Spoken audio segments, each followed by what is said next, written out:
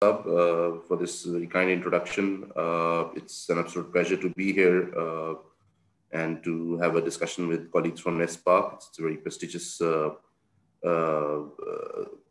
that the bank has been working with for a long time. The World Bank has a long relationship with NESPARC on a lot of these infrastructure and also non-infrastructure projects. And I hope that today's session, it will be equally as important for me in terms of learning and also getting experience from your colleagues who are practitioners on the field. So with that, I think I've overall the presentation, I've kept it a bit generic because to cater for a wide range of audience from different technical backgrounds.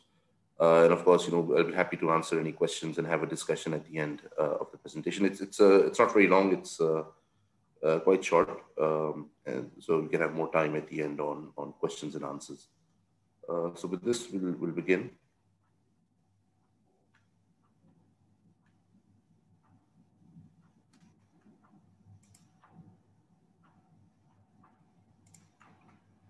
Right. So overall, the overall topic is on disaster risk management and post-disaster reconstruction. These are the overall contents of the presentation. I'll go through the overall Pakistan profile, which I'm sure most of you are aware of. The difference of on how disaster risk management came into being, the overall policy and institutional framework in Pakistan on which regulates and sort of implements the agenda in the country. The key pillars of disaster risk management, which are globally accepted, and also this is one area that the World Bank is working on. And of course, sharing some experiences and lessons learned from post-disaster reconstruction programs that we have ongoing. So, this is an overall snapshot of the risk profile in country of Pakistan, in particular. Recently it was ranked as the fifth most vulnerable country to climate change impacts by German Watch, and consistently Pakistan has remained in the top 10 countries over the last 3-4 years, in fact even longer. According to World Bank's own estimate, roughly about 49 million people are living in areas which are known as hotspots, particularly in relation to climate change. And climate change is, of course, exacerbating the risk of hydromet disasters. Either there's too much water, which we see in the form of floods, riverine, urban, flash flooding, or there's too little water. And of course, that results in droughts in some of these areas. In 2010 floods alone, more than approximately 20 million people were affected. According to analysis, almost 1/5 of the country was inundated at one stage in 2010 floods alone. That was a mega disaster. Obviously this is in our memory. And again, according to a bank estimate, almost 3 million people are affected by flooding annually from different events. So this year, of course, we saw that number, I'm sure, going up a lot, especially with flooding in Sindh and in Punjab, in Karachi. But on average, 3 million people are affected by floods. That's almost twice the population of Islamabad, if you take the official. And according to a sort of actual analysis carried out by the World Bank, an estimated annual loss to Pakistan is between 1.2 to 1.8 billion. And any maximum probable loss, which is, from flooding, if there's a mega event similar to 2010, 2011, the loss can go up to 10.3 to 15.5 billion dollars, and particularly for a 100-year return period. So annually, even if we don't have mega events or extreme events, we are losing up to 1.2 to 1.8 billion dollars annually from damages and losses alone. Pakistan also has a high seismic risk, so of course, number of fault lines, active geological fault lines are passing through the country, north to south. There's, of course, from the Makran subduction zone just outside of Karachi. That's also very significant fault line, very high risk fault line. I was told once that even the Indus River, it's actually on a fault line. And that's how the river came about, thousands of years ago, because of the fault line that created space for the water. In 2005, as we all know, I don't think that event can really be wiped out from our memory. Massive earthquake in Kashmir, 70,000 fatalities, and the overall loss to the GDP was 2.6 million at that time, 2.6% at that time. And from earthquakes alone, the annual expected loss is about $1 billion. And if a 2005 type of earthquake were to occur again, we'd lose up to $18.75 billion. Of course, in addition to the massive human fatalities and the toll. Pakistan is also has the highest rate for urbanization in South Asia, almost 36.4%. And that is creating a lot of problems in urban areas, creating a lot of risk in urban areas due to informal and high density settlements, poor planning or rather unplanned development, which of course is also affecting service delivery. Construction practices are not up to the mark. Building codes are not being enforced. So this high rate of urbanization and unplanned urbanization is also exacerbating the risk in the country. And quite recently, we saw that due to the COVID pandemic, there are massive gaps between the health and our emergency management systems. Particularly when it came to coordination in the initial days, we had the institutions, but they weren't really able to respond in a more coordinated manner. A lot of the response was fragmented, but which we overcame. We also saw that this pandemic provided an opportunity for the institutions to work together and to have better coordination. So, the topic for today was basically disaster risk management. But prior to disaster risk management, what was initially happening was disaster management. That is the old and the traditional approach, which is basically response-oriented and a reactive approach. And that's what we've been doing, humankind has been doing for a long time, basically responding to disasters. Today, I think, is also the 50th anniversary of the cyclone in East Pakistan. And I was reminded by some of my colleagues who are working in South Asia that it was a massive event. And at that time, the government, the whole focus was on disaster management, and even that, which we couldn't carry out very well. But after the 2005 earthquake, this whole approach changed in Pakistan in particular. And we learned from other countries who had implemented a disaster risk management approach, which is ex ante, which is proactive. And the focus here is on managing the risk of disasters, not just responding to disasters. It focuses on the entire cycle of DRM, starting from preparation, risk mitigation, disaster response, and then recovery and resilient reconstruction.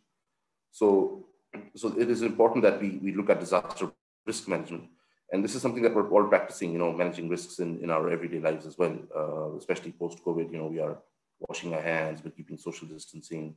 That is all part of risk management, and this, of course, needs to translate into our national policies as well when it comes to DRM and climate change. So just an overview of the policy and institutional framework under which DRM operates in Pakistan in particular. Globally, there is an agreement called the Sendai Framework for Disaster Risk Reduction. It's from 2015 to 2030, which sets out the key priorities that each country should be working on. And there are 4 priorities under the Sendai Framework on understanding risk, on risk, improving risk governance, on investing in preparedness, and also recovery and reconstruction. Prior to this, the global agenda was governed by the Hugo Framework for Action, which expired in 2015. Pakistan is, by the way, signatory to both, and almost all countries are signatories. These are under the UN Charter. Within Pakistan, the overall overarching act is the National Disaster Management Act, which is the overarching legislation, which initially in 2006, we had the National Disaster Management Ordinance, and in 2010, it became an act. We also have a Climate Change Act. Pakistan is actually one of the few countries that has a dedicated Climate Change Act, but unfortunately, it hasn't been operationalized in the way it was envisioned. These are, of course, some of the challenges. And in terms of our overall planning document, there's the National Disaster Management Plan 2012 to 2022.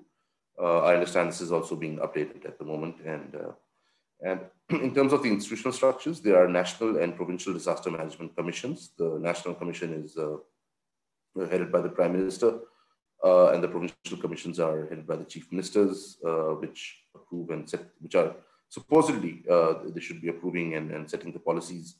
But unfortunately, their meetings have not been very frequent. This is one of the key issues that DRM, of course, is not when it's not a priority. You have other challenges and issues.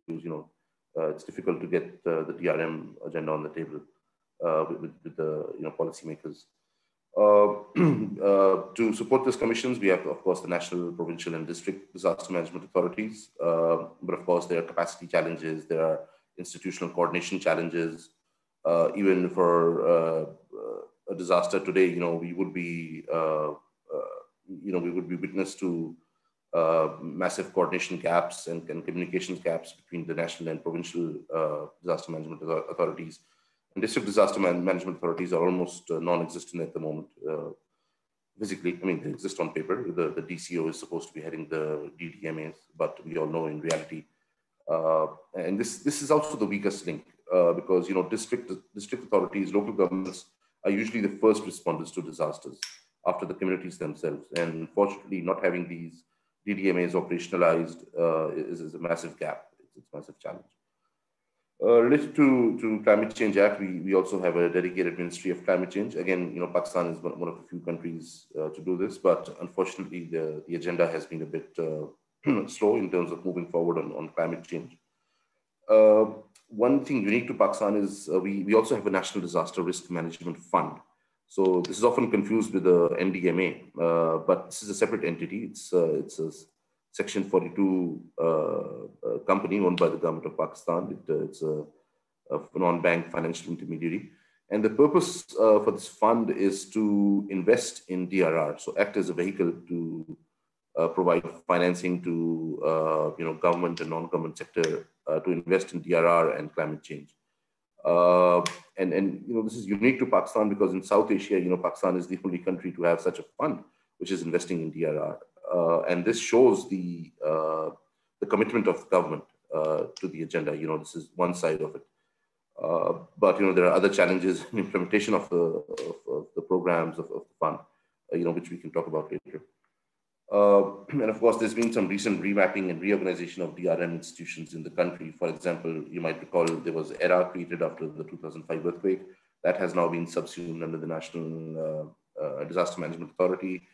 I believe the cabinet's ERC, the Emergency Response Cell within the cabinet, is also being subsumed in NDMA. And the fund is currently now placed with the Ministry of Climate Change. I believe there's also some thought process going on within the government to remap the fund so that it can holistically look at overall DRM challenges. So here I want to talk about 5 pillars of DRM, and they're closely aligned to basically the Sendai framework, as well as this is something that all sort of leading development partners such as the World Bank, ADB, they kind of adhere to as well. The first pillar is, of course, risk identification. And it's very obvious that it's very important to understand risk. And understanding the risk would enable our policymakers, our sort of leadership to make risk-informed decisions. And decisions on not only disaster response, but also on resilient infrastructure, resilient investments, and they need to be sort of, it needs to be a data-driven, scientific method of making decisions. One of the challenges is that risk assessments, there's a huge fragmentation. A number of actors kind of jumped in the field after the 2005 earthquake. You had a lot of donors, you had a lot of NGOs, organizations sort of undertaking risk assessments. I recall after 2005, some of the initial micro-zonation studies were carried out in Murray and some of the northern areas. But but we don't really have a full picture of the country at the moment. And there are critical data gaps which are, present, which need to be filled. Also, in Pakistan, you will hear the word a lot, MHVRA, multi-hazard and vulnerability risk assessments. So that is what the government is now calling, risk assessments. They have a whole program at NDMA to push these. But of course, there are challenges on capacity. There are questions around risk assessment methodology. And this part is also very important, the methodology on, and I'll come back to this later, especially when you're looking to transfer the risk from the government. So, so there are institutional challenges and also sustainability challenges on how to take this forward. Of course, DRM, something I failed to mention earlier, after the 18th constitutional amendment, DRM is also a provincial subject now. I mean, that complicates the matters, but also the provinces are now empowered to undertake the risk assessments themselves. And, you know, as you can imagine, it does create challenges in terms of getting a full picture of full risk profile of the country. If each province is undertaking their own risk assessment through their own resources, through their own sort of partners. What is essentially a risk assessment? Basically, you're looking at the hazard of a certain, the different hazard profile of an area, whether it's precipitation records, whether it's seismic records, and you're multiplying that by the exposure database. Exposure database is your basically three things: your population, particularly the vulnerable population, the infrastructure in a particular area, in floodplains and seismic zones, and the economic activity in that area. That, for example, your agriculture fields, your other critical assets. And, we assess the vulnerability of that exposure database. That gives the overall, risk profile of a country.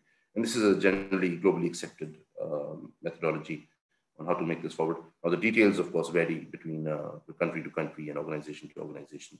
The World Bank actually partnered with the NESPAC a few years ago to undertake a risk assessment of Lahore. It was a flood and seismic risk assessment of Lahore city. I just pasted a snapshot of the cover page here, just for your reference. This was a very good study undertaken. And based on this, we were able to identify some investments, especially flood management. Unfortunately, they could not be implemented, but we're looking to take this forward and design a program of investments based on this risk assessments. This is just to give you an idea on some of the work that we've done in other countries. For example, this is Lake Laguna in Manila. And this is a flood modeling, that came out of a risk assessment that the bank financed. And it looks at, a 1 in 5 year return period on your left-hand side. Basically tries to identify how much area would be inundated if, the flood defenses were not to be breached. How much would they, or sorry, if they were to be breached, but for a 1 in 5 year return period, what would be the impact? It will give you an idea of the inundation of the city. And the one on the bottom right corner is the 1 in 100 year return period. And it gives an idea again on how much area would be inundated. And that allows policymakers and planners to really plan for, such eventualities, which sort of allows them to sort of look at, more risk mitigation options and risk mitigation interventions that they can, implement in the city. Again, another example is from the Pacific Risk Information System. Again, the World Bank kind of helped a lot of these Pacific countries in undertaking risk assessments and making sure that this risk information is available in an open source platform. It's available on the web for the communities, for policymakers, for decision makers, and DRM practitioners to look at. And such a sort of data also helps in sort of risk-informed planning, better planning. Unfortunately, there are, of course, we know there are data issues around data sharing in Pakistan. The bank and NDMA did try to establish some sort of open source platform with different levels of access to share risk information. Let's see if that can still be done. Unfortunately, we couldn't make much progress because there are concerns on data. Also, the problem is that risk data is housed within different agencies. Met department, PMD would have the data on precipitation, rainfall. Perhaps your other departments would have data on geohazard risks. It's managed to bring them all together to get a complete profile, and then, of course, to get their consent to share this in an open source platform. But we continue to try, and let's hope that there is success on that. This is the second pillar of DRM. This is basically risk reduction and mitigation. And it's essential, it has two principles, basically. One, it is important to create any new risks. And that involves, sort of land use planning, territorial and spatial planning, to make sure that, you're not creating new infrastructure in high risk areas. You're not creating in kacha areas, in flood zones, in areas which are seismically active. And of course, whatever infrastructure is created, it's built to a certain standard where you're applying the building codes, you're applying the building standards to the construction. Secondly is to reduce the existing risks. I mean, there's a lot of concrete jungle in many of our cities, in many of our a lot of high risk infrastructure across the country. And it's important that we reduce the existing risk, and that can be done through retrofitting of public sector buildings, particularly, especially schools, roads, hospitals, government buildings that need to be made more resilient through retrofitting interventions. I'll give an example here of Haiti, for example. When the 2010 earthquake in Haiti struck, more than 50% of the government was wiped out because the government buildings just fell, and the cabinet and then the high level leadership was just wiped out completely because the buildings were so unsafe. Especially, you need to ensure continuity of services in the post-disaster. So it's very important that you have retrofitting of schools and hospitals in place, and of course key communication infrastructure like bridges and roads as well. Then of course you can also make new infrastructure for risk mitigation. The picture that you see on the top left is actually of a dam being built in Sindh under one of the World Bank projects to address drought risks. So of course, new infrastructure for flooding, for droughts, for coastal hazards. That's something that we need to do. Of course, reducing risk means creating a culture of prevention and educating people, creating awareness. I think after 2005, there was a lot of awareness, especially in the northern areas, on good construction practices. That is one thing that came out. A whole industry came out of it, of trained masons and skilled laborers. And any infrastructure development or your public sector development, I think should be, our government or our policymakers should be applying a climate and disaster lens to it. And not just them, but also practitioners, firms such as NESPARC, you're doing a lot of these design and supervision works for infrastructure. So it's important to apply the climate and disaster lens. According to a World Bank estimate, every dollar invested in disaster prevention saves $4 in disaster damage. I've also heard $7 saves $7, but I mean, we get the idea that, what you invest today saves you a lot in the future. But unfortunately, investing today does not give you the return. You're not able to see the returns right now. This is one of the problems. You only see the return once a disaster occurs. Unlike other sectors where, you can invest in school now, you can invest in a hospital, or you can invest in large fancy infrastructure. You see the result right there. But with this, you have to be patient, and you're basically investing in your future. The third pillar is on preparedness. So how well you're prepared to absorb the shock of the disaster and bounce back. One of the key areas here is to have a strong forecasting and early warning systems. Currently, for hydromet disasters, we have the Pakistan Meteorological Department, which is providing updates. Again, they're very generic updates. They don't have impact-based forecasting. It's very generic, sort of a weekly forecast or maximum up to, in terms of accuracy, they can provide up to 1 to 2 days of accurate forecasts. The World Bank, in fact, has a program now with Pakistan Met Department to overhaul and upgrade their entire observation and forecasting network and systems. So inshallah, you will see their improved performance. They'll be coming out very customized, sort of tailor-made products to cater for user departments, for communities. So that program is just starting off. It's called the Pakistan Hydromet and Climate Services Project. One good element, of course, is also to have contingency and emergency plans in place, to have sort of response agencies in place, to have the capacities, to have a logistics plan in place. So that is all part of good planning when you're prepared. In fact, the picture that you see on top left corner, that's the Provincial Disaster Management Authority, Lahore's headquarters in Lahore, Punjab. Again, this was funded through in 80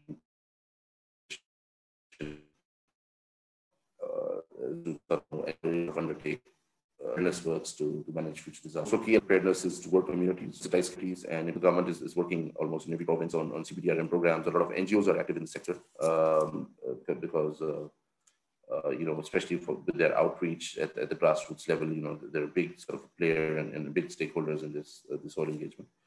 And one thing which, the last point is recovery frameworks on my slide. This is something which is not which is not in practice in Pakistan, but in other countries, where countries are able, basically what the concept of a recovery framework is to be able to decide before a disaster on the different roles and responsibilities of each agency in case of a disaster.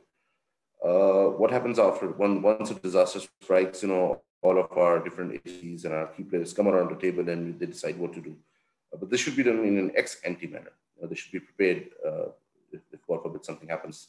There should be very clear understanding on the roles and responsibilities on what each would do on the division of labor. It also means that you're prepared in any eventuality.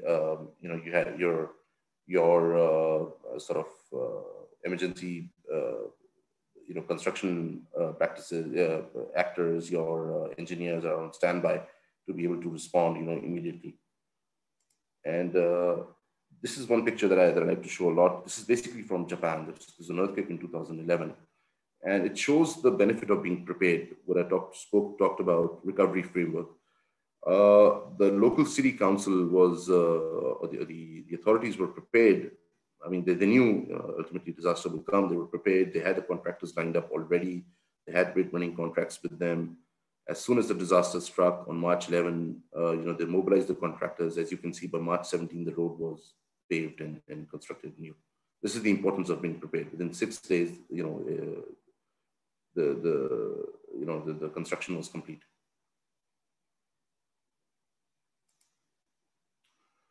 This is the fourth pillar on financial protection. So this is actually one of my favorite areas. I can talk about this all day, but I'll try and keep this short. Basically, disaster risk financing helps increase financial resilience of governments at the national and subnational level, of households, of businesses and communities against disaster shocks. So basically, supports or strengthens financial resilience against natural disaster and climate shocks.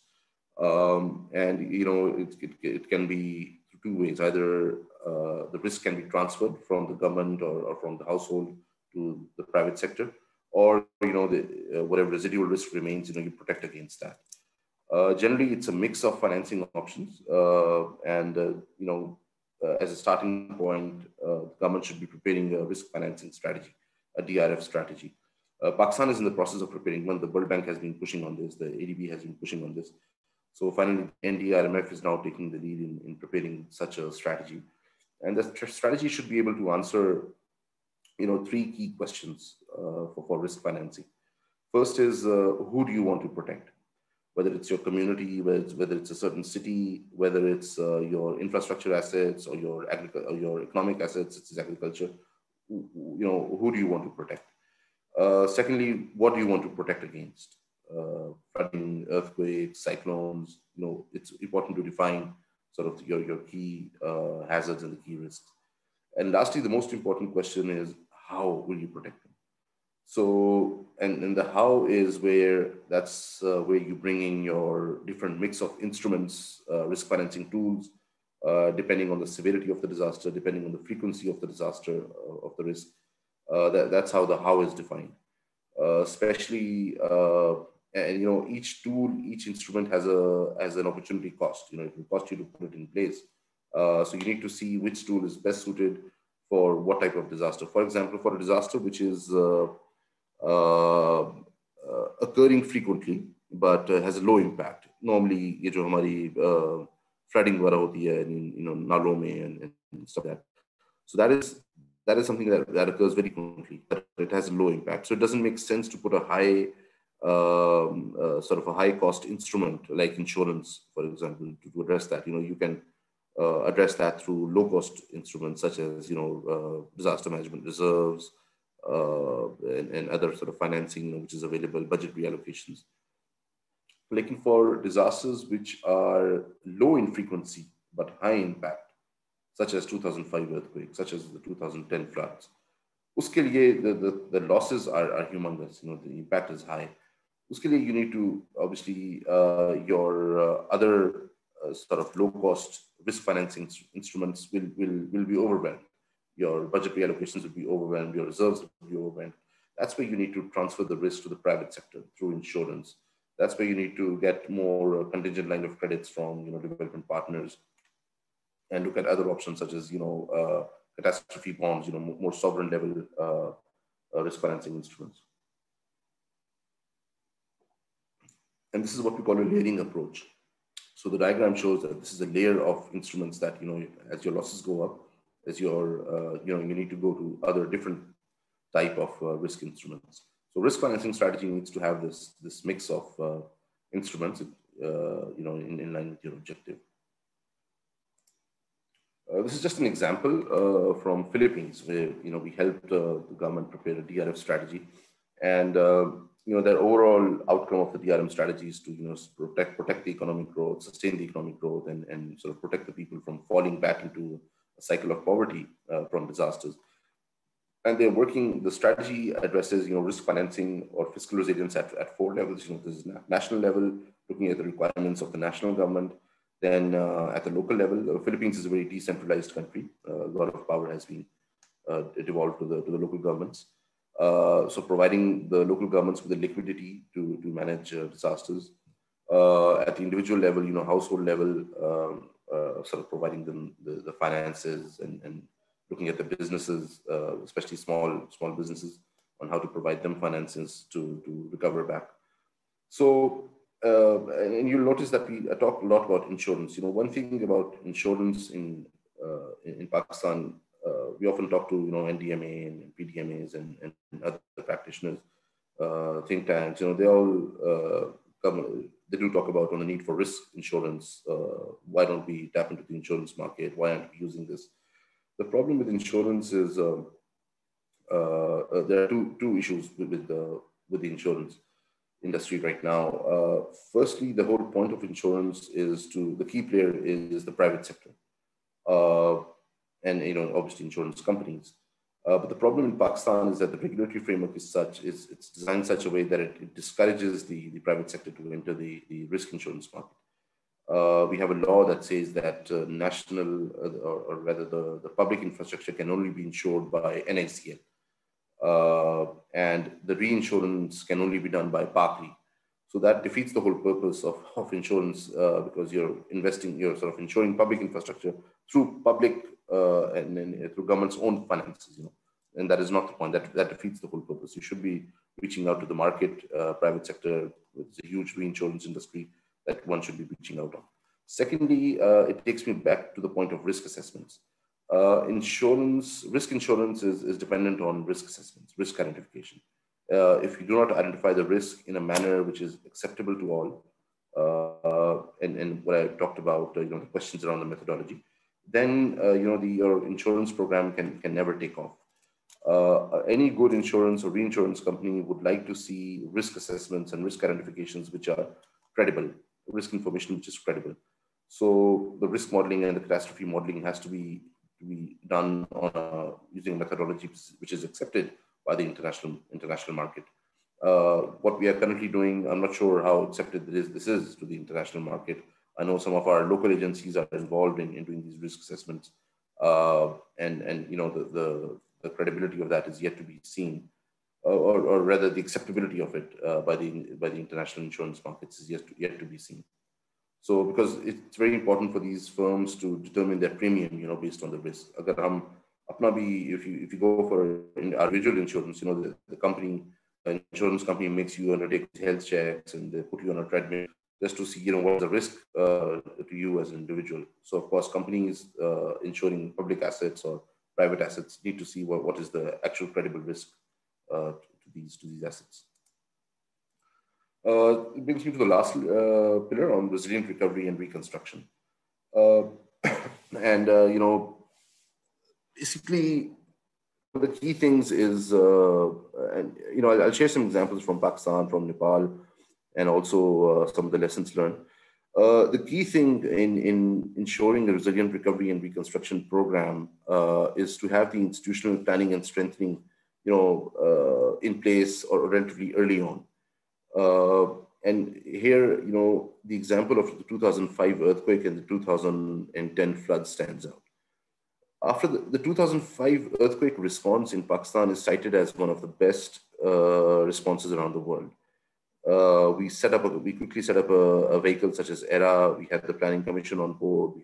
We managed to set up the NDMA as well. We passed the NDMO, and we began the whole reconstruction process, you know, with, of public infrastructure, of private sort of homes, through an owner-driven reconstruction process. Because the institutional structures and the frameworks were defined very early on, decisions were made, you know, and the money flowed. The 2010 flood response is cited as one of the worst response efforts by any government, because at the time there was confusion. We did not learn from our experience of merely 5 years ago, especially on the reconstruction mandate. I mean, there was a lot of debate within the government on who would lead the reconstruction, especially the provinces. And so each province was kind of left to sort of mobilize its own finances, either through its own resources or through donors, on how to respond to the 2010 earthquake in terms of longer term reconstruction, 2010 floods in terms of reconstruction and recovery. So it's very important to have the institution in place. Secondly, prior to the disaster, one must have the rehabilitation plans in place. You know, how will you compensate the affected population? Will you use existing mechanisms such as BISP or SARS program, as it's been called, or whether you know, you will look at alternate delivery mechanisms? What is the amount of each grant? So these things need to be planned planned before. Lastly, you know, one of the key principles is to build back better to resilient standards. This is what you know, we are doing around the world, is that any reconstruction has to be built back better, built back smarter, using not only resilient standards but also using, you know, new technologies. Particularly, we're also using the term "build back greener" these days to make sure that, you know, we're not just creating a reconstructing a concrete jungle. So reconstruction program, you know, the damage assessment is the foundation. A damage assessment needs to be very detailed. It needs to be very accurate, and it's critical because during the reconstruction program, it will save the implementation time. A good damage assessment, and it needs to be undertaken on a uniform technical criteria across the affected areas. I'm showing two cases here. In Nepal, for example, the damage assessment was undertaken by, you know, through a digitalized process. You know, there were tablets given to enumerators. They went down into the field, they spoke to the communities, and they sort of captured this. But of course, you know, they're having connectivity challenges. It's very mountainous areas. There were a lot of challenges in terms of damage assessment. In Pakistan's case, 2005, these were manual assessments undertaken at that time by the local authorities, by the army, by ERA officials. And ultimately, it was digitalized, you know, once the data came back. But it really helped design the whole program. It helped the policymakers and decision makers to understand, you know, what needs to be done, what is the foundation, what sort of interventions, what is the financial outlay required, so that they could approach the different international development partners, you know, to seek and mobilize that sort of financing. Another key element is to identify the vulnerable, because ultimately the vulnerable population suffers the most. You know, generally these are persons with disabilities, single women or women-headed households where husbands are usually disabled, women, elderly. So it's important to document them and ensure a just, what we call a just and equitable distribution of resources. Often times we've seen in disaster management, in sort of post-disaster scenarios, that the vulnerable are left out. They sort of miss out on the resources which are being distributed, especially in communities. So it's very important to ensure that any reconstruction program, rehabilitation program, takes them into account. These are again some principles for, you know, reconstruction, that this is some good practices that we apply especially in World Bank finance reconstruction projects. I'm sure ADB does the same as well. Like I said earlier, multi-hazard resistant reconstruction. So you definitely have to refer to the damage assessment, and it needs to be better than what was there before, at the time of the disaster. It needs to be much more resilient in terms of construction. This is what we are pushing in almost all our projects. In Punjab, for example, we are working on flood reconstruction of flood embankments, and we are holding them to, or sort of building them to more resilient and higher standards, so that it doesn't, it can actually surpass the previous landmark of disasters. Again, reconstruction standards need to be defined early on, and more the standardization and lesser the problems. This is particularly true for housing reconstruction, because especially when you're over a large area, when you're working with a large number of communities, you need to set a certain standard of that, this would be the acceptable standard of housing reconstruction. After the 2005 earthquake, or rather, in fact, in the Nepal case, people were given cash grants to sort of develop, reconstruct their own homes. It was a owner-driven reconstruction. And at every stage, different stages. So when they reached a certain foundation stage, there would be a check. The army would come in and make sure that being constructed to a certain standard. Then there would be cash grants, and each stage, they were being checked. And there were many cases where the homeowners were not following the given construction practices. So their homes were actually demolished at that time. They were asked to demolish it and rebuild it again. So this is something that is very important. It's also important to have a grievance redressal mechanism in place for any reconstruction program. This is particularly, I know donors and development partners push for this DRM process a lot, but this is very important, especially to give credibility to the construction program and to seek additional, more financing, to mobilize more funds for a program like this. And this is something really that does help in addressing a lot of these challenges and bottlenecks at the community level. Again, there's a requirement for uniformity of implementation approach across partner organizations and sources. So in a large reconstruction program, what you will see is a lot of NGOs, a lot of organizations are coming in with their financing, doing their reconstruction, helping people in sort of reconstructing homes. So there needs to be uniformity. You can't have, you can't really be in a similar high-risk situation a few years down the road when you realize that perhaps one NGO hadn't sort of constructed homes or houses or buildings, in the manner that was agreed amongst all. For the housing sector, particularly the emphasis should be on owner-driven reconstruction, especially for the private sector, because obviously it's one iffy area usually for governments to go into. Governments generally घबराती हैं इस किस्म के housing reconstruction में जाने से, liability एक बहुत बड़ी होती है. So to ensure the quality and the beneficiary satisfaction, it's important that owners are reconstructing themselves. And we need to ensure that owners are on board with MOUs, especially so that they are adhering to the required standards, as I mentioned earlier. When you're looking at supervision, and this is more related to the World Bank projects, ADB hands, and of course NESFAC does a lot of this construction supervision on these large infrastructure projects, even in construction of homes. It's very important to embed technology these days, in particular when we're talking about remote supervision, and ensure that there's a constant monitoring and feedback, and also feed forward, with the communities, with the beneficiaries, with all the stakeholders. And technology also ensures that there's a transparency to the whole program. But one thing we also have to be mindful of is the technology absorption capacity. Not all countries or all borrower countries or rather governments can absorb that technology. In Nepal, we tried to work with these tablets, and we tried to work with digitalization, but of course the connectivity challenges that we had, in hindsight, we realized perhaps it would have been more efficient if it was all just manual, and we could have converted the data back, digitized the data later. So yes, some issues come up. Lastly, socio-technical assistance is critically important. When you're bringing in large financing to reconstruct homes, to reconstruct sort of infrastructure, It's also important to reach the local communities, to guide them, to provide trainings, to create their skills, and make them more aware on safe construction practices. I mentioned earlier, after the 2005 earthquake, there was a whole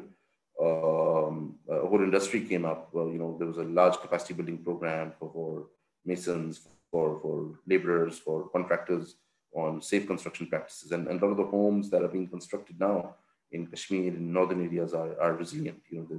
They're being built to a certain standard, which perhaps, much better than some of the southern parts of the country, or even Punjab, Islamabad. So creating this whole industry, providing the skills to the homeowners, I think this is also a very critical aspect of any reconstruction program. So moving back to the overall sort of situation, the overall DRM strategic priorities in the country. When I was preparing this presentation, I was actually going through some of my old presentations, and these, and as old as 7-8 years ago, and these priorities still remain the same. So we haven't really made much progress on these, unfortunately. One, of course, is to reduce the vulnerability to hydromet disasters and geohazard risks through investments in infrastructure, which can mitigate that risk. As I mentioned earlier, there's a need to promote risk information to sort of have risk-informed and data-driven decision-making. That culture of science-driven and data-driven decision-making is yet to gain foothold in the public sector, at least. Of course, increasing resilience to financial shocks, as I spoke about risk financing earlier, through a combination of impacts. Promoting a culture of climate adaptation in key sectors, so water, agriculture, urban, transport, energy, environment. We didn't discuss much about climate change today. Today's topic was more on DRM, but of course they're closely interrelated. And any infrastructure that is going up in these key sectors needs to be climate smart. It needs to be resilient to the impacts of climate change, and also not contribute to the deteriorating climate change situation. That is also important to note. Also, for the public sector, I think access to climate financing is very important. But there's a lot of climate financing sources out there, and it's important that governments such as Pakistan, are able to access those financing to fund, obviously, the huge financing gap that exists to reach a level of climate resilience that the country desires. So that is something that we should be working on. Pakistan has already started through the Ministry of Climate Change, but it's important that they take it to the next level. So that's it from my side. For this was a generic presentation, looking at, I wasn't sure of the background of all the participants, but looking forward to a discussion and any questions from your side. Thank you.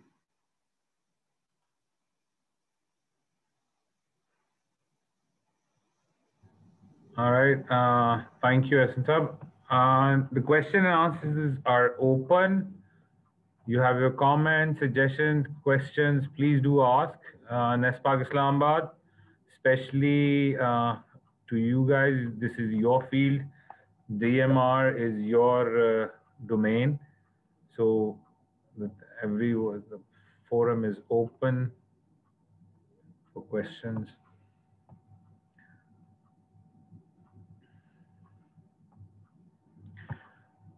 Okay, there is one question. Non-technical kind of a question. In your seismic, there used to be one saying that sorry, this question is different. Okay, we're still waiting for questions.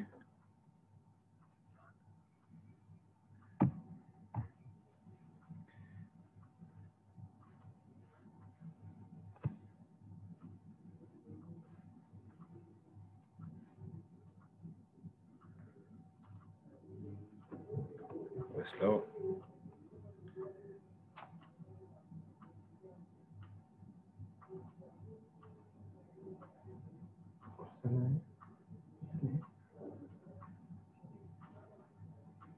I think people are discussing what to ask and what not to ask. The old bureaucratic style. Sir, all questions are good questions. There is no nonsense or bad questions. So please, everyone, we have him in a short while. And we have also asked, once inshallah the COVID situation and everything goes back to normal, हमारी ये mask साथ से जान छुट्टी है, तो हमने ये भी कहा है एहसन साहब को that to take time out, और हम will have him in Islamabad specially because DMR is there, तो हम इनको उधर भी बुला करेंगे. We'll have a session with him over there and to get you guys acquainted. So because he's the main key person for World Bank and we are the main principal consultants for the disaster, and inshallah hoping to have him in Lahore as well. So all right, sir, we have a question. Can we have a policy implementation in the National Assembly where the World Bank can work for the implementation?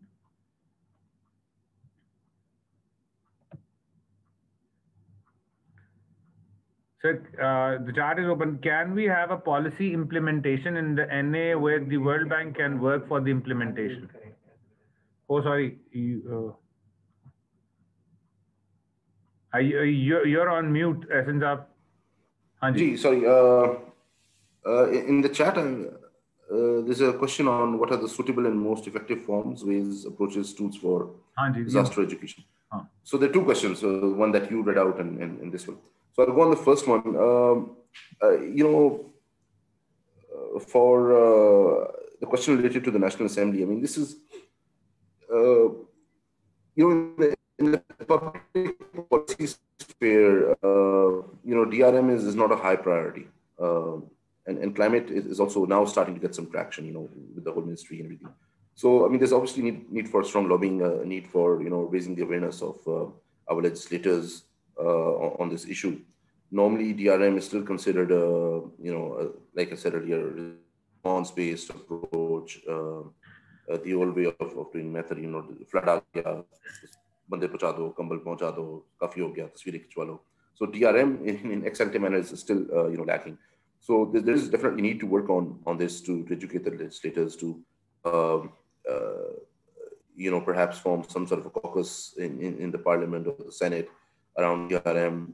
There is one on climate change, which is actually doing a lot of awareness raising work. And the bank would be happy to support, a public initiative such as this, through our, we have different sources of support, different avenues of support in lending, for infrastructure, for preparedness. We also have technical assistance, just behind public policy or public officials who support karte. So that is something that, we can look at and, support in the future. What are the suitable and the most effective forms, ways, approach, tools for disaster education? How artificial intelligence applicable in disaster management related to IT field?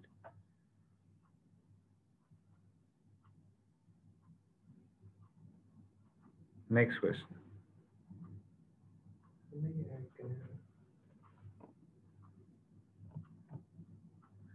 Ahsan Saab, are you hearing me? You're mute again. Okay. एक second कहानी में ऐसा भी आपकी तरफ से हुआ हाँ सॉरी म्यूट अनम्यूट नहीं हो रहा था तो फॉर डिजास्टर एजुकेशन एक तो we have this as I mentioned earlier CBDRM program across the country. The national government is implementing it, the provincial government is implementing it, and by CBDRM, it's community-based disaster risk management, targeting, not just communities, in urban areas, in rural areas, but also, in schools. So it's important that, we sort of scale up the community-based disaster risk management program to across, different forums in schools, in sort of offices, across organizations, ये disaster awareness के हवाले से इसमें one of the key sort of elements is standardization. For example, अगर हम CBDRM की बात करते हैं, it involves both trainings. It involves perhaps first aid training. It involves certain, dissemination of awareness material, but it needs to be up to a certain standard. हो ये रहा है कि आजकल एक NGO आती है, they will say कि हम CBDRM का काम करवा रहे हैं, लेकिन वो 2 दिन की ट्रेनिंग करा के they will leave. एक और NGO आती है, वो 6 दिन की ट्रेनिंग करवा के they will leave.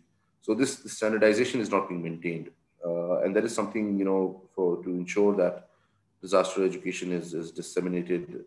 That is something that needs to be done. इसमें Pakistan has a National Institute of Disaster Management that does carry out trainings for public officials, but of course that needs to be, as I said, scaled up to also communities and non-public officials as well. ताकि उसमें भी they should be having degree and diploma courses. इस किस्म का there should be some sort of a system. Again, the problem is the paucity of funds, the lack of expertise, the issue of sustainability. Donor पैसे दे देगा NIDM को, but they will run a program for 6 months or so, but then the whole question of sustainability comes up. So that becomes an issue. On AI, yes, this is definitely applicable, especially blockchain technology. There's a lot of work going on. I'll be happy to share more links on this with NetSpark team as well.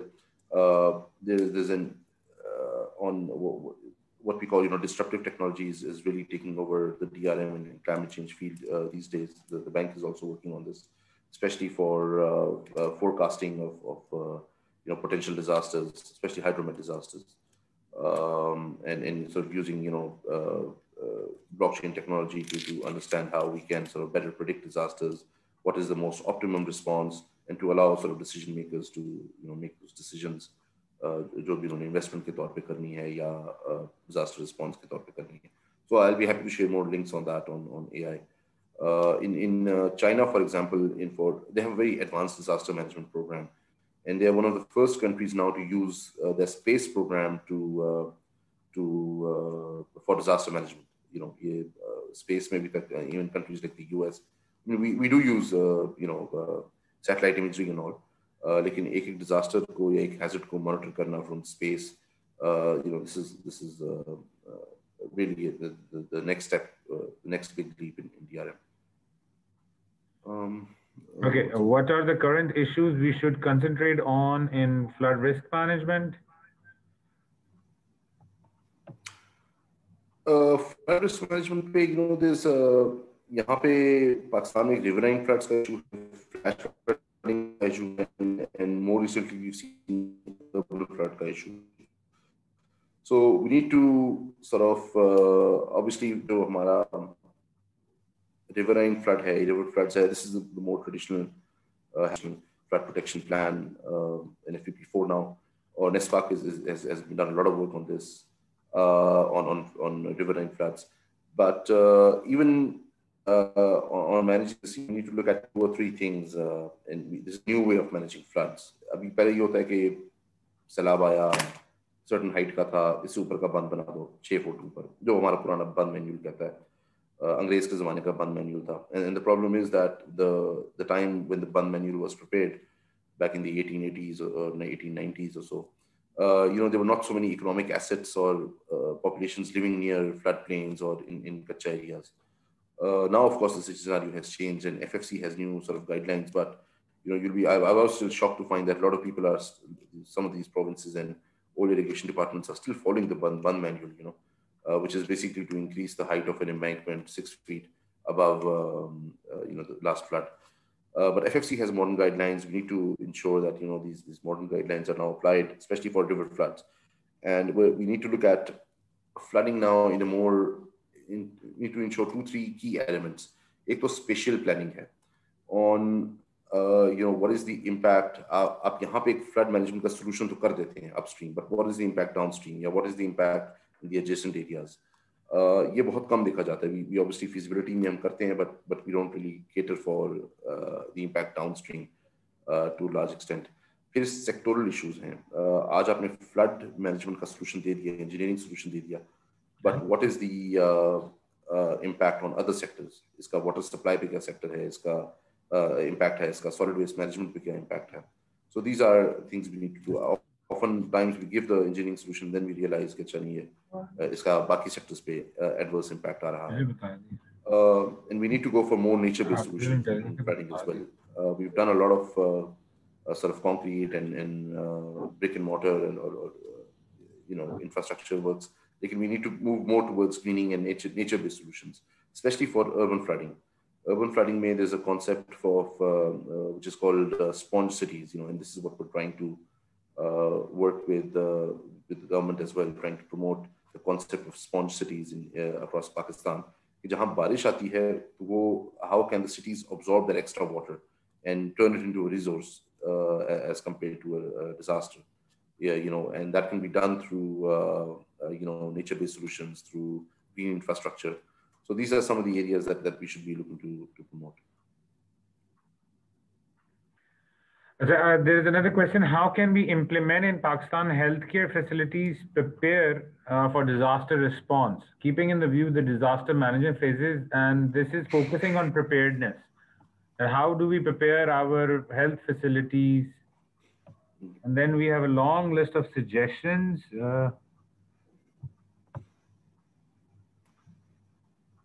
So for the health question, one of the things that COVID exposed or kind of made us realize is that disaster management and healthcare are very closely interlinked, especially the health response side. Or this way, there's a lot of literature coming up that how sort of improved disaster management, or rather disaster management solutions are also applicable to healthcare solutions, improved SOPs for the emergency management need to be sort of established at healthcare facilities. We need to sort of ensure that dedicated sort of emergency facilities are established within healthcare facilities. A lot of these are relevant to also the DRM field. We also need more integration and coordination between healthcare and DRM sectors. Especially after COVID, we saw that one thing that the government did right initially early on was to establish this NCOC, which brought health professionals as well as disaster management professionals on the same table, and they were able to sort of look at more integrated solutions on especially the TTQ that we have, the testing, tracking, and quarantine. So health we need to mainstream DRM into the health sector. We need to ensure that SOPs are there, operational policies and plans are there to respond to health emergencies and other shocks, and also to ensure that there's continuity of healthcare services in the post-disaster reconstruction, post-disaster scenario. आज disaster आता है, सबसे पहले हमारा hospital ही बंद हो जाए. Hospital का रहना जरूरी है because उसी ने cater करना है उस disaster response को. So we need to ensure structural and non-structural interventions within hospitals, within sort of basic health units, district health units, कि उनकी continuity रहे in the post-disaster, especially for make sure not being constructed in sort of area, so these are some of the. Okay, what do you think? I can't keep up with all the questions up. Yeah, there are a lot of questions. What do you think? Which type of performance checklist should be mandatory for DRR while approval of national level projects at Planning Commission? Okay, thank you. This is a very, very important question. This is something which donors and development partners have been working a lot with the government. बल्कि इसके ऊपर एक checklist बनी भी थी. A draft checklist was prepared and was supposed to be part of supposed to be an annex of the PC1 performa to make sure that disaster resilient aspects are being captured in any project, whether it's infrastructure, whether it's social sector. Unfortunately, there hasn't been much movement on it. I'm sure NESPAC भी PC1s बनाता होगा, projects पे काम करते हैं government के लिए. एक जनरली ये समझा जाता है कि जिसने जो हमारी एनवायरनमेंट की फॉर एग्जांपल चेकलिस्ट है, जिस शख्स ने वो पहली दफा भरी थी ना, वही आज तक चली आ रही है हर प्रोजेक्ट के ऊपर. कॉपी पेस्ट होती है and that's it. There is no incentive to sort of actually complete it and sort of assess the project unless it's a good donor requirement है. उसको which sector में तो hard design incentive to work on an environment checklist. So yeah, checklist is still far way off. In Sindh, we are trying to make this part of the PC1 perform, or at least putting it the planning commission. One thing that from climate perspective we're trying to do is to make sure that jo bhi project aata hai, we are able to capture its benefits for adaptation and for mitigation. Those co-benefits हम कहते हैं कि if it's an energy project, say it's a renewable energy project, तो उसके adaptation के क्या benefits होंगे, how much financing of it is going towards climate adaptation, how much of it is going towards climate mitigation. That will help Pakistan in reporting and fulfilling its international obligations, जो पाकिस्तान ने commitments की हैं climate के हवाले से कि जी हम certain amount of adaptation financing देंगे, हम certain amount of mitigation financing देंगे. So that is what we're trying to push into the PC1 performer as well. There is a DRR checklist that was prepared after 2010 floods, I think, but it's still lying around. We're also trying to get that mainstream. उसमें infrastructure practices, उसमें ये देखना है कि इसका disaster, how resilient it is to future shocks. Does it cater the risks that are prevalent in the area? Does it cater for them, especially in the design of the infrastructure? And lastly, is it also creating more risks just by क्या वो infrastructure जो हम बना रहे हैं क्या वो मज़ीद risk enhance कर रहा है बाकी communities के लिए? So these are some of the key elements that need to go into when vetting a project at the planning commission. What is next question is what is the implementation mechanism of MHVRA already carried out? Sure, thank you. So NDMA has a cell for MHVRA. They basically in 2013-12, in fact, the World Bank approached the NDMA and started the discussion on risk assessments. और ये हमने इनको कहा कि आपके लिए ज़रूरी है कि आप इसको एक risk assessment का dedicated आपके पास एक team होनी चाहिए which can carry out risk assessments across the country and also then keep updating them because risks change. As settlements change, as urbanization happens, risks will also change. Most likely they will increase. So NDMA created a cell, basically overall created a national working group on risk assessments. Or I'm not sure if NESPAC was part of that, but some people from the private sector and academia were part of the national working group, and a lot of technical agencies and PDMAs were part of the group as well. और उसको आगे लेके चले हैं. They've created a cell for risk assessments in NDMA. That cell does undertake MHVRAs in some areas, but like I said earlier in my presentation, after the 18th constitutional amendments, the provinces are now undertaking a lot of these efforts themselves. So, for example, Punjab and Sindh are doing their own MHVRAs at the moment, and they're getting this done through. Punjab is doing it in-house, PDMA Punjab. They've hired experts and they're carrying out risk assessments, especially along the five the sort of major rivers in Punjab, उनके जो adjacent areas and flooding risk. लेकिन PDMA Sindh, I know is Sindh government is carrying it out through a consultant firm, Suparco के through in fact. So this is the problem. This is the challenge. कि हर कोई अपना एक standard या अपनी methodology के साथ कर रहा है, and it needs to be harmonized at one stage. So this is a key challenge that we need to address, with the authorities.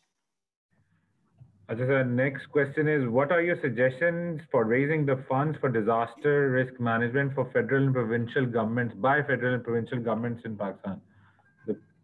What would you suggest?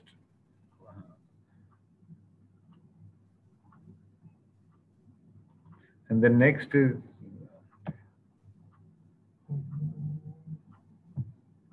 I think. Like I said, जो मैंने fiscal resilience की, जी Hasan.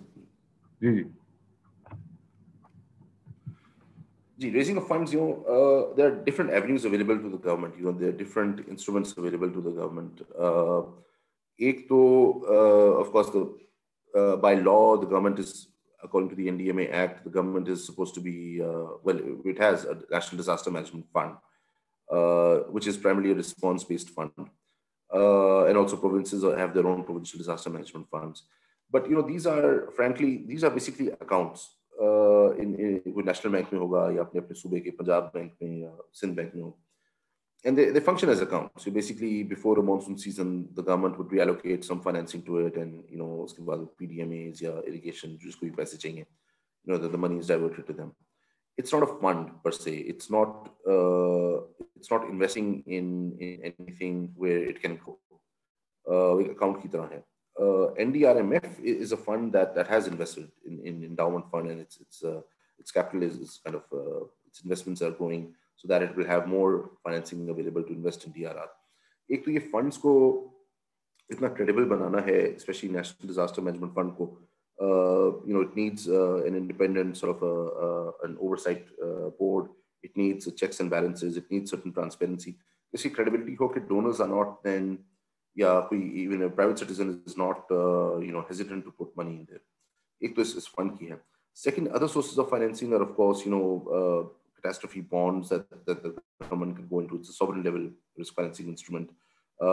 Funds can also be raised from different development partners. There's contingent lines of credit available. World Bank की है, ADB की है, JICA की है.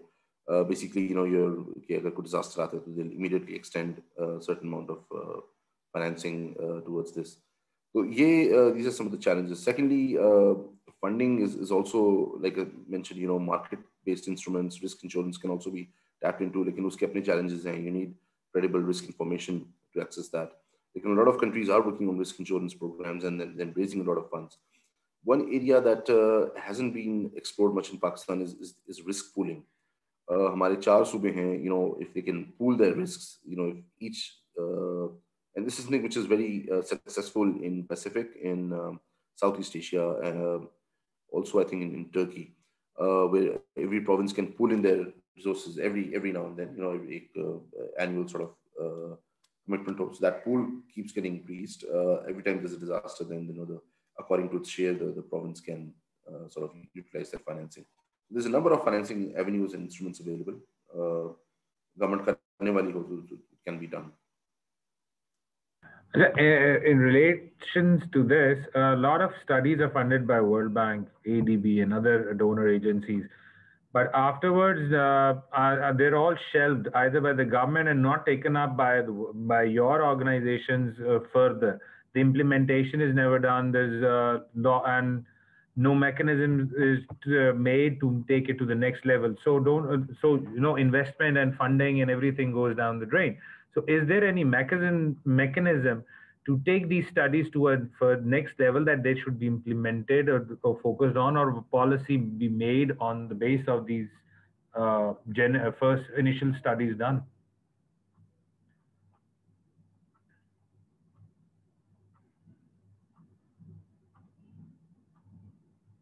Asad, you're on mute. आपकी तरफ से, sorry. This is. The hand-free, the hand-free hits, खुद ही हो जाता है. Please. Studies, thank you for this question. This is a very important question. The government, the development partners, the donors, you're right, we put in a lot of financing towards studies, analytical work. So, aksar, it's usually on a shelf. And this is, one of the dilemmas, of course, we know in Pakistan, a lot of things are personality driven rather than organization driven. Or if there's somebody, with a dynamic personality, someone who wants to do something, who study karwa lenge, then they'll be posted out often, as we see the case, and that study then just lies there. So the organization doesn't really own it, doesn't really take it forward. One of the things that we've learned is every study or an analytical engagement needs a sort of a high-level ownership and a high-level champion. I'll give you the example of Karachi, for example. The World Bank prepared a Karachi transformation strategy. और बनाते वक्त हमें लग ही रहा था कि शायद ये shelf ही पड़ी रहेगी in the future. Lekin we managed to get a very high-level ownership of it, from the CM Sindh. This is about 4 years ago. And today we're investing almost $1.5 billion in Karachi based on that study.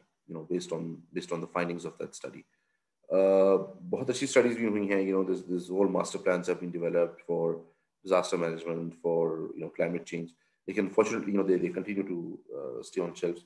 हमारी कोशिश ये होती है कि we get the ownership, we disseminate it as much as possible, we bring it into the public discourse. These are the things that can then build the momentum to take it forward and to ensure that those studies are implemented. Financing is mobilized. Financing is also a big challenge. A study अच्छी भी हो तो financing नहीं होती to how to implement that. So to build a discourse around that study, the findings, the recommendations, it's very important. Iski ownership honi chahiye, so that funds can be mobilized, resources can be mobilized to match that. Like, unfortunately, this has been a chronic problem in Pakistan, and these are some of the ways that you can mitigate it.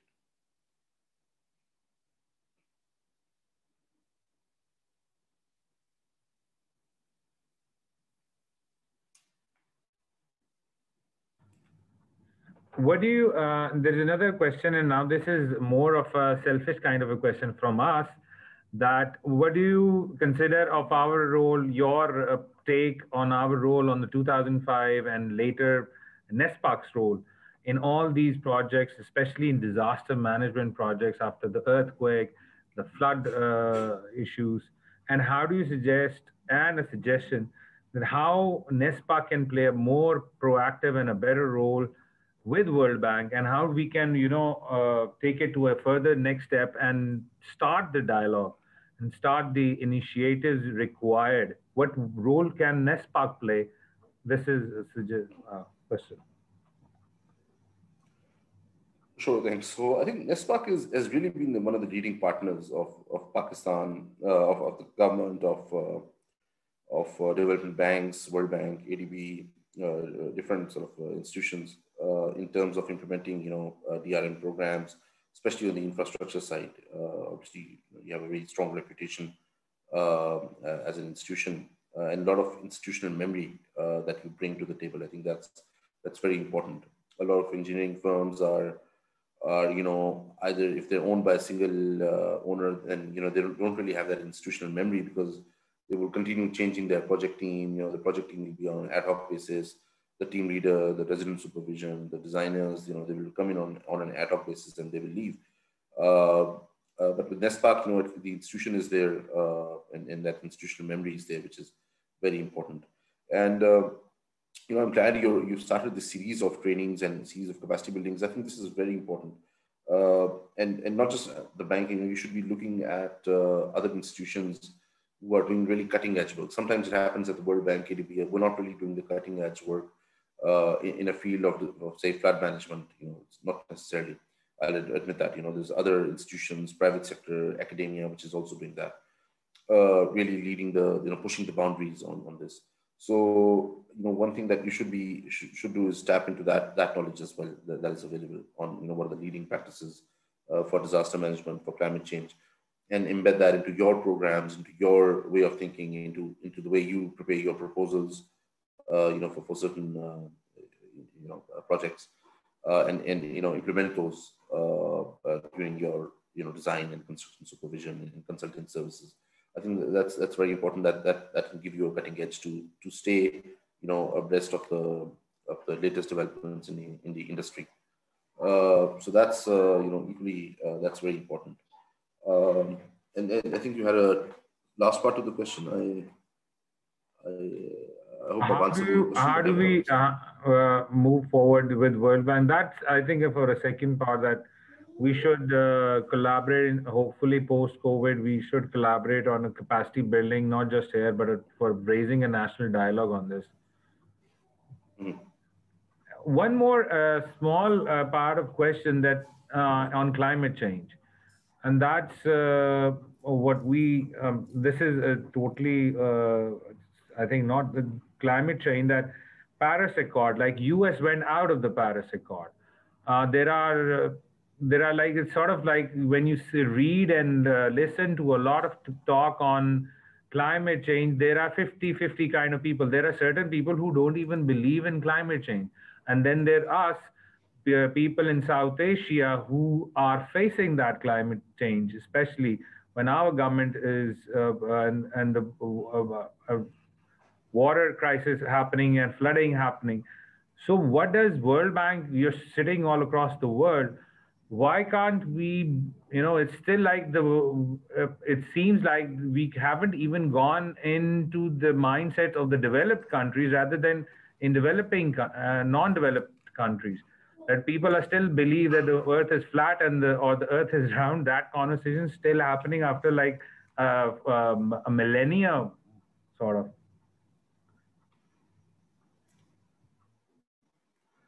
Oh, you're right.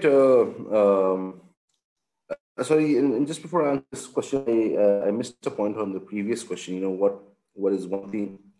I did mention the technical capacity building. What you should also do in one important area for companies like NESPAC is also to look at the environmental and social safeguards requirements of development partners such as the bank. These are a bit higher than what is required at the national level, and that will also provide you a lot of sort of brownie points if you can build that capacity. This is something that development partners and donors are really looking for uh, uh, in terms of capacity, within a good consulting services. Sorry, so coming back to the climate question, you're right. I mean, there's a lot of deniers, there's a lot of naysay.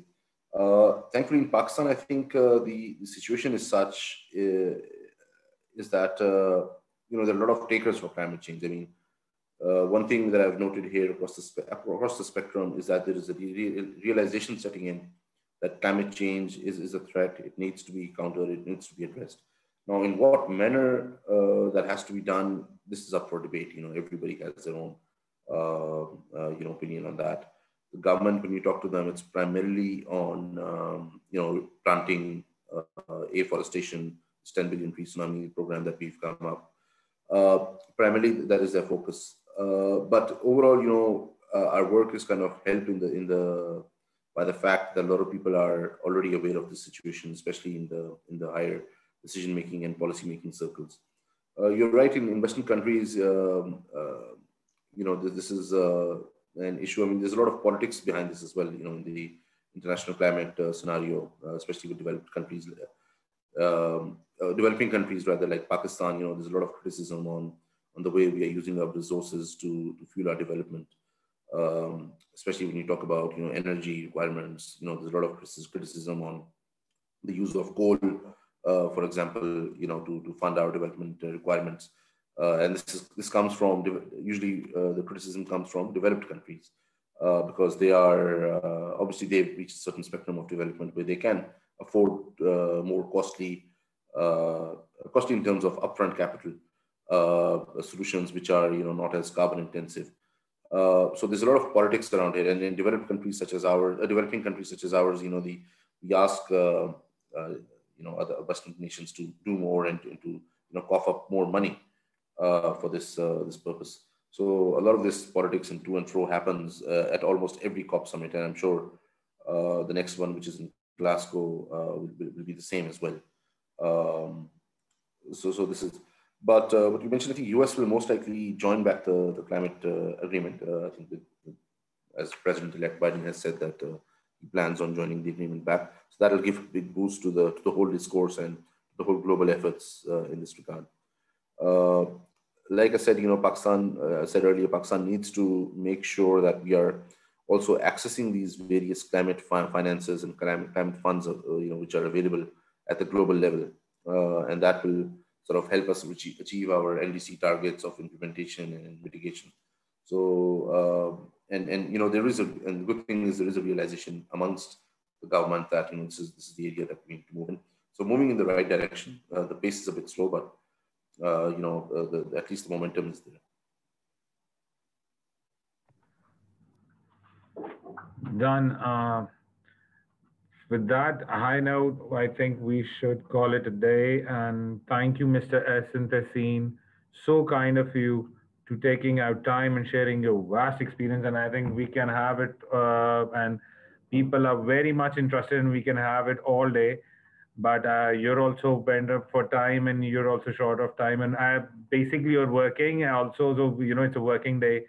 I'll will thank you with all our hearts, and hopefully, inshallah, we'll have you again, and hopefully, in a physically, we'll all be to have a session where it can have a full day session or a longer session.